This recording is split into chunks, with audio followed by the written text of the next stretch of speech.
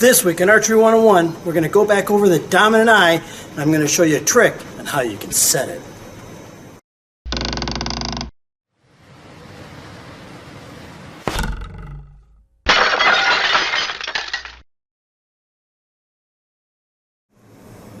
Hey everybody, welcome to Archery 101. Greg here. Alright, like my little demonstration, right?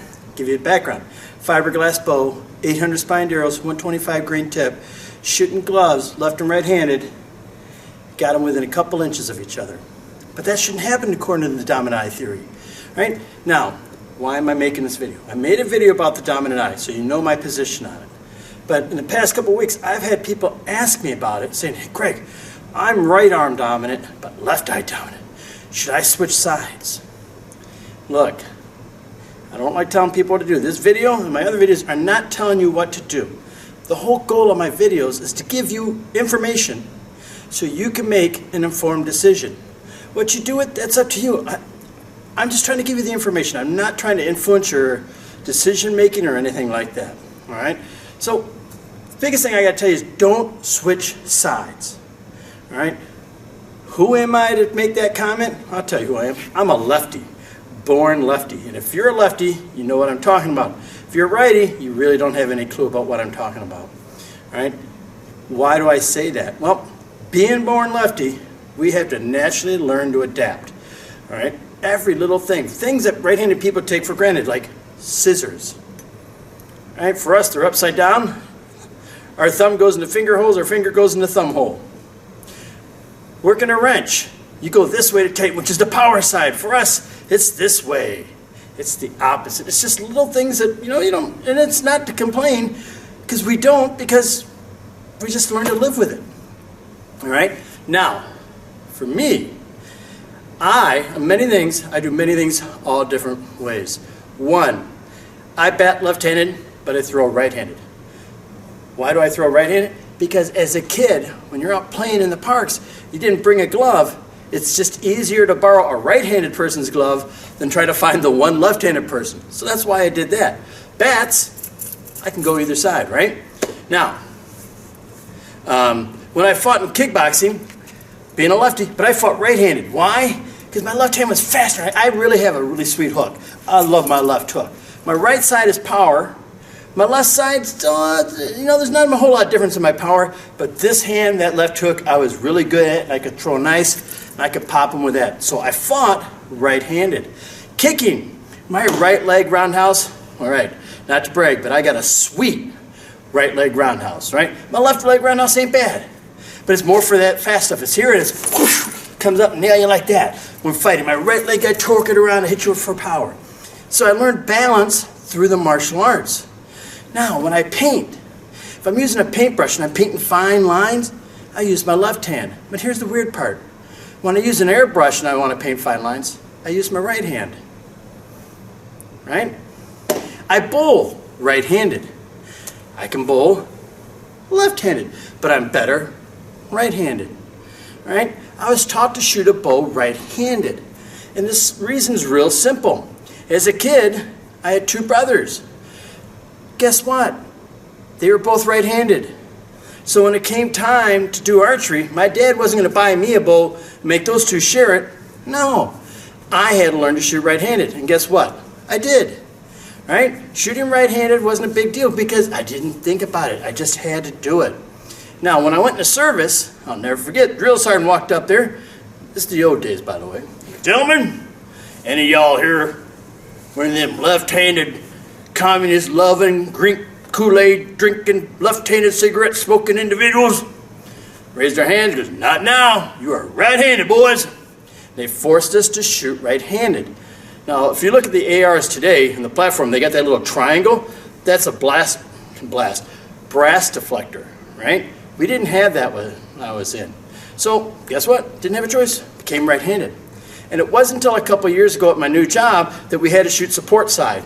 I'd never done that before. Never even thought about it. Guess what? Pretty dang good at it. I can shoot just as good right-handed as I can left-handed. Although I will admit, when using pistols, I don't get the right eye open all the time. All right? So what I'm trying to say is, many of the things I do is by choice, and others weren't by choice. But the key is, I was forced to adapt, and that's what I did. And, and that's the beauty of the human mind. The human mind, it adapts, but we, the conscious mind, we get in the way sometimes of just letting the mind do what it has to do. And I think that's sort of true here with the dominant eye. All right, everybody, before we go any further, right? You know my point of view on dominant eye if you watch my channel. I'm not a believer in it. Why? One, I have scientific studies that show that it can and does switch sides. And two is personal experience that verifies those studies. Now, I'm making this video because the other day at the range I was shooting. And for some reason, instead of my arrows hitting here, they all started hitting over here. And I noticed what was really weird was my gap was here, but for some reason, I had to move it over to here to make my arrows hit here. I was trying to figure out why. And then it dawned on me when I was drawing one time, my dominant eye was switching. And I'm going to show you that later on when we really get into it. All right. Now, for this video, I went back and did some research trying to figure out why and what was going on. And I found a great paper. And it's written by Alistair, Mapp, Hiroshi, and Barbato from York University in Canada. And it passed peer review. If you know what peer review is, you know that's a good thing. If not, when you submit a paper on a certain study, your peers have to review it. They get to attack it and all that. If they pass it, it means you're not using flawed science and everything else. All right? It's called, What Does the Dominant Eye Dominate? Right? It's called A Brief and Somewhat Contentious View. They even acknowledge that this is a controversial subject. All right? And the biggest thing that everybody has come to is there is no definitive answer on one, what is a dominant eye, two, what the dominant eye does. All right? So the biggest thing, that's the biggest thing I can tell you as a takeaway is there's zero evidence for it or against it in this or any other paper. They got, it leans to, it suggests, it shows, but there's no conclusive proof. All right, everybody, what we're going to talk about real quick, hopefully, is some of the findings from this study. What they did is they studied the other studies. It was a study of studies, study squared. And first thing they found was there was zero, no correlation on a lot of things. I'm going to quote from the actual studies, so if I look down, don't mind it. It says, an overwhelming preponderance of studies have shown that eye dominance measured with one criteria does not correlate well with that measured with the other criteria. So this guy used this criteria, this guy, they don't match up. The numbers are different, right? And another thing, that a little farther down, they reported that for right eye dominant observers, monocular stimulation of the right eye activated a greater proportion of the primary visual cortex than stimulation of the left eye. No such symmetry was found for left eye dominant observers. And what they're talking about is they did an MRI study, and they're having them use this eye, and all the right-handed people activated this one spot, but the left-hand people didn't. And if the dominant eye was so true, it would have done that. So there's no correlation for brain activity to the eyes. So we really are lost, right? And the last thing they wrote on that about this concept was, before the concept of eye dominance can be considered as unitary, pervasive arguments explaining the lack of correlation between dominance measured with the three criteria must be presented. To our knowledge, no such studies exist. All right, everybody, you notice they talked about the criteria. Well, here's the three test criteria that science is using. Criteria A is dominance defined by asymmetry. B is dominance defined by rivalry. And C, dominance defined by sighting, which is pretty much what we're concerned about in archery. All right. Now here's another quote they talked about that. The sighting dominant eye comes closest to fulfilling the claim that there is a dominant eye for a given test or even a series of tests. Sighting dominance has been tested by having observers view through a target hole in a card. Probably what you did, right? That's what everybody does. You know, the little hole, bring it down to this eye, bring it down to that eye. But guess what? The tests themselves aren't scientific and they're highly questionable. That's their next conclusion they found. And it's from the report. Studies have also shown that several factors affect the outcome of these tests. 1, the observer's knowledge about the task, from Miles' study done in 1929. The direction that the card is moved in the test, study from 1982. The gaze angle, study from 2001. And the hand used in simple test situations is done in 2017. All right? So the biggest thing they found with the sighting test, there's a huge variance in results between all the different ones. There's no uniformity, which, if it was true, there would be, wouldn't there? That's what I would think. Right? When they're talking about the test, they state, this claim continues to be made despite an abundance of evidence in the literature to show that it is inappropriate. All right? They're talking about how effective the tests are, but all the evidence says it's not so. And they later on go, we suggest here that the eye identified as the dominant one in a sighting task is determined by nothing more than the constraint of the sighting task that only one eye be used and the ease of the habit of using a particular eye to perform the task. All right? That's a big one. The task depends on what's the dominant eye and your habits. All right? And finally, next we'll talk about the conclusion of the study. All right, everybody, the conclusion of the study, the final paragraph. They said the purpose of this paper was to provide a brief review of some of the literature that is relevant to recent claims about dominance that have appeared repeatedly in the literature. To date, none of the common claims, either implicit or explicit, about the visual or oculomotor significance of a dominant eye has been supported by any empirical evidence. All right, so what they're saying, it's really not real. So what does that mean for us? We'll talk about that next.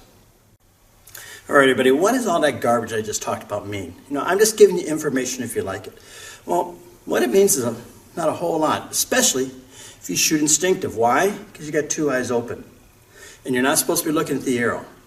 So dominant eye should have zero effect on instinctive shooting. Okay? We look at everything with both eyes like this. Now, what the studies have shown, dominant eye is dependent on one of two things: distance and angle. So if whatever I want to look at is way over here, it's closer to my right eye, and the angle's over here, so my right eye is going to be the dominant eye that processes the information from my brain. Well, the opposite's true if it's over here. But if it's here, I don't know. Right? That's where the one closest to the eye will come in. And that's what we're going to talk about with the gap shooting. Now, I stumbled on this while I was working my split vision, like I said earlier. Right? And I'm going to take it onto the target and show you what I mean. All right, everybody, I'm trying to figure out a best way to explain this to you. And this is what I've come up with. We all know the trick, right? You're going to take whatever hand, right eye under left. I'm going to use my left just so I can have some semblance here. I'm going to put my left eye under my eye, but I'm going to look at the target, and I'm going to bring it into a straight line to the target. That little motion to keep my eye on the arrow has set my dominant eye. Your mind will put it here, because this one, it's the wrong angle. It's here, so it sets. Boom. Now if I look at it with my right eye, same spot, look at it with my right eye the whole time, put it out, see how it looks different? Left eye. Set the left eye. Get the eye dominant set. Put it out. Set the right eye. Put it out. It's pointing at the exact same spot at that lens, but you can see it's shifted over. So how do you do that when you shoot? Well, it's pretty simple, actually. All right, everybody. How do I set it when I'm drawing? Well, it's actually pretty simple. So when you're here, you know, most times when you draw, you're like this, and boom. When you're here, just start your eye, close one eye if you want, then open it, and the left eye is set. But what I do is as I'm drawing, I look here, and as I pull, the point just naturally moves down, and it engages my left eye. So I'm here, when I shoot, I'm like this, still see my target, but I'm watching out of my peripheral vision right there. Then I just see my eyes shifted just slightly. Right to there. Now my peripheral is on the target. As I draw, they become one. All right, and I'm right there, ready to go. Now, this is what I found was happening and why it was this high. I was actually setting my right eye. I was here, and what I was focusing on was the point. Now, my left eye, the point, sometimes the string and all that's in the way. So it's at an angle. Remember we're talking about that angle thing? My head slightly turned? My right eye has the clear line for it. So I'm here, I pull back with my right. Now it's my right eye. All right, there's my left. Now with my right eye, it's off camera. Now with my right eye, it's on camera. Left eye, right eye. And that's how I did it. So I found out just by accident that I have to be conscious and aware of that I'm setting my dominant eye. Now, boys and girls, like anything else in archery, too many people get wrapped up in your tunes, this, that, the next thing. But there's nothing, I'm telling you, nothing that'll have more of an impact on your ability to shoot well than you. Right? It's all about getting that good form, getting control of it, physically and mentally. All right? So if you're struggling with the dominant eye thing and you're thinking about switching sides, don't do it so fast. Try that little set trick. See if that helps. If nothing helps, then you can. But take it from a person that had to go from right-handed to left-handed and left-handed back to right-handed and all this good stuff. It's easier to adjust this than it is to learn to shoot all over. Because one thing you're going to find out when you switch hands is none of that muscle memory is transferable to the other side. All right, so let's say you're shooting here. Guess what? Your ability is going to go right down to here. It might come up a lot faster, all right? But a lot of people don't have that patience. All right, boys and girls, the dominant eye. Gave you some more scientific information, and I showed you a neat little trick that has worked for me and been working on how to set your dominant eye. Hope you enjoyed the video. Don't forget to subscribe, and I'll see you next time with an all-new episode, Archery 101.